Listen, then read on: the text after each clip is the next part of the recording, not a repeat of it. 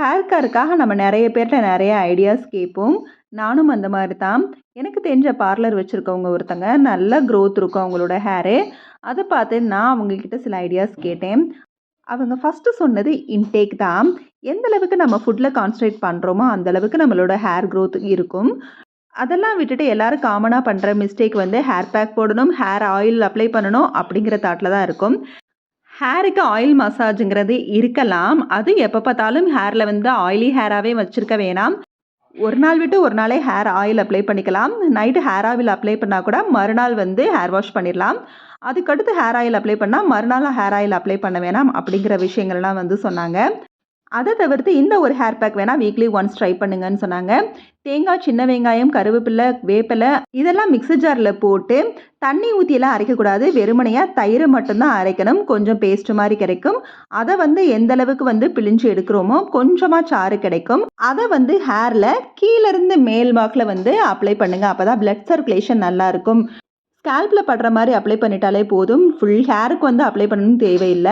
ரூட்ல மட்டும் நம்மளுக்கு வந்து ஹேர் மாஸ்க் போட்டாலே போதும்.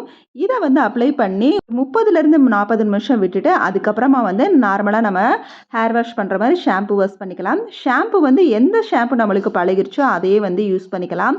ஆனா ஷாம்பு யூஸ் பண்றப்ப மட்டும் எப்பவும் கொஞ்சமா ஷாம்பு நெறைய தண்ணி கலந்து யூஸ் பண்ணணும். டைல்யூட் பண்ணி யூஸ் பண்ணா தான் அதோட கெமிக்கல் நம்மளுக்கு ரொம்ப அஃபெக்ட் ஆகாது. இந்த ஹேர் பேக்ல நான் கொஞ்சம் கூட தண்ணி சேர்க்கவே இல்ல. வெறுமனையா தயிர் தான். சேர்த்துட்டோம்னா நம்மளுக்கு ஹேர்ல அப்ளை பண்ணதுக்கப்புறம் அது வந்து அப்படியே முகம் எல்லாமே ஒழுகி வந்துகிட்டே இருக்கும். அதுக்காகவே தண்ணி சேர்க்காம வெறும் தயிர் மட்டும் சேர்த்தால் போதும்.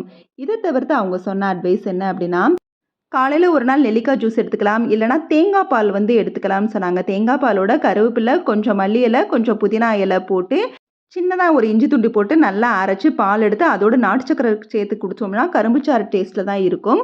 அதையும் வந்து டெய்லி வந்து குடிச்சிட்டு வரலாம். இதெல்லாம் ஹெல்த்துக்கு ரொம்பவே நல்லது. அதோட லெமன், லெமன் ஜூஸ வந்து அடிக்கடி கண்டிப்பா எடுத்துக்கணும். எந்த அளவுக்கு ஃபுட்ல வந்து கேர் பண்றோமோ, அந்த அளவுக்கு நம்மளுக்கு ஹேர் குரோத் இருக்கும்னு சொல்லியிருக்கிறாங்க. அதனால இனிமே கொஞ்சம் ஸ்ட்ரிக்ட்டா ஃபாலோ பண்ணுவோம் அப்படிங்கிற தாட்ல இருக்கிறேன். இதுவரைக்கும் வந்து யூஸ் பண்ண ஹேர் பேக் எல்லாம் வந்து போதும். இனிமே இந்த மாதிரி ட்ரை பண்ணலாம். அவங்க சொன்ன அட்வைஸ் படி ஃபாலோ பண்ணலாங்கிற தாட்ல தான் ஃபர்ஸ்ட் டே இந்த ஹேர் பேக்க வந்து இன்னைக்கு அப்ளை பண்ண போறேன். அது மட்டும் இல்லாம ஸ்ப்ளிட்டன் ஹேர்ஸு, டென்சிட்டி இல்லாம இருந்துச்சுன்னா, அத கட் பண்ணிட்டு அதுக்கப்புறமா இந்த இத வந்து ஸ்டார்ட் பண்ணுங்க.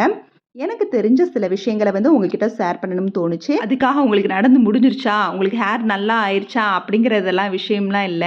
விஷயம் கேள்விப்பட்டோனே இது வந்து ஹெல்த்தி வேயாவும் இருக்குது. நெறைய நல்லது இருக்குது அப்படின்னு தோணுனோனே, அத வந்து மத்தவங்களுக்கு ஷேர் பண்றதுல தப்பில்லன்னு தோணுச்சு. அதனால ஷேர் பண்ணேன். இந்த வீடியோ பிடிச்சிருந்துச்சுன்னா லைக் பண்ணுங்க, ஷேர் பண்ணுங்க, கமெண்ட் பண்ணுங்க. மறக்காம நம்ம சேனல சப்ஸ்கிரைப் பண்ணுங்க. Okay, bye. தேங்க்ஸ் ஃபார் வாட்சிங்.